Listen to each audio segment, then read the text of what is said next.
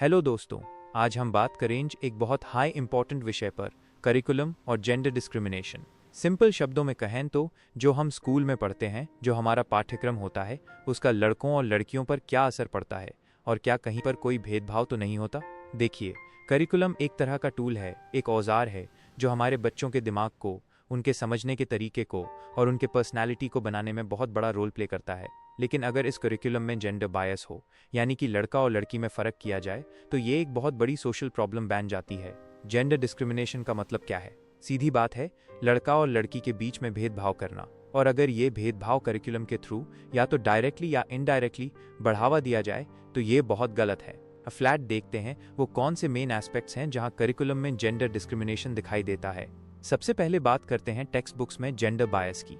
अक्सर आपने देखा होगा स्कूल की जो किताबें होती हैं उनमें जो लड़के होते हैं उनको हमेशा स्ट्रांग दिखाया जाता है, लीडर्स की तरह दिखाया जाता है, हर काम में एक्टिव दिखाया जाता है। वहीं पर जो लड़कियां होती हैं उनको या तो पैसिव दिखाया जाता है या फिर सिर्फ घर के कामकाज में बिजी जैसे माँ, बहन या कुक के रोल में दिखाया जाता है। फॉर एग्जाम्पल, अगर आप साइंस और मठ के चैप्टर्स देखेंगे तो ज्यादातर मेल साइंटिस्ट का जिक्र होता है, बहुत कम फीमेल साइंटिस्ट के बारे में बताया जाता है। ये जो बियास है ना, ये स्टूडेंट्स के सबकॉन्शियस माइंड में उनके अंदर जेंडर रोल्स को बहुत डीपली एम्बेड कर देता है। उनको लगने लगता है कि कुछ काम सिर्फ लड़कों के लिए बने हैं और कुछ सिर्फ लड़कियों के लिए। दूसरी बात करते हैं एक्टिविटीज और सब्जेक्ट्स का भेदभाव।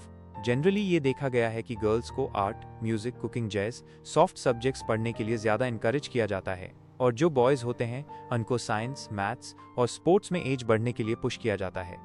जब करिकुलम प्लान किया जाता है तो उसमें भी लड़कियों के लिए कम एडवेंचरस या फिजिकल एक्टिविटीज इंक्लूड की जाती हैं।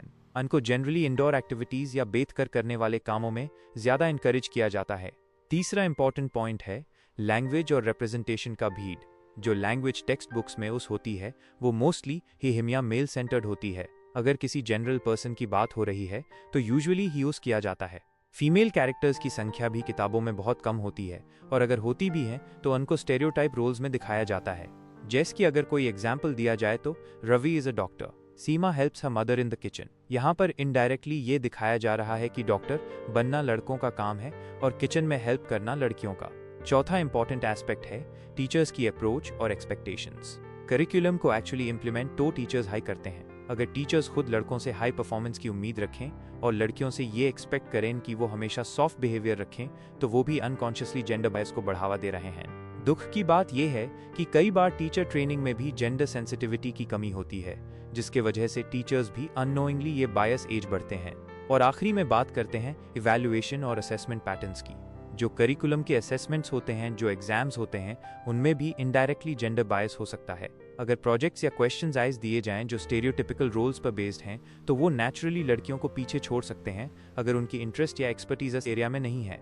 तो ये तो हो गए वो मेन एस्पेक्ट्स जहां करिकुलम में जेंडर डिस्क्रिमिनेशन दिखाई देता है। ये फ्लैट बात करते हैं कि क्या किया जा सकता है। कुछ सजेशंस और रेमेडीज देखते हैं। 1. टेक्स्ट बुक्स को जेंडर न्यूट्रल बनाया जाए। किताबों में लड़कों और लड़कियों को इक्वली रिप्रेजेंट किया जाए, दोनों को स्ट्रॉन्ग और एक्टिव रोल्स में दिखाया जाए। 2. टीचर ट्रेनिंग में जेंडर सेंसिटिविटी इंक्लूड की जाए। टीचर्स को ट्रेन किया जाए कि वो कैसे क्लास में जेंडर इक्वालिटी को बढ़ावा दे सकते हैं और बयास से बच सकते हैं। 3. गर्ल्स के लिए इक्वल फिजिकल एक्टिविटीज और लीडरशिप रोल्स हो। करिकुलम में ऐसी एक्टिविटीज इंक्लूड की जाए जिसमें लड़कियां भी एक्टिवली पार्टिसिपेट करें और उनको लीडरशिप के मौके मिले। 4.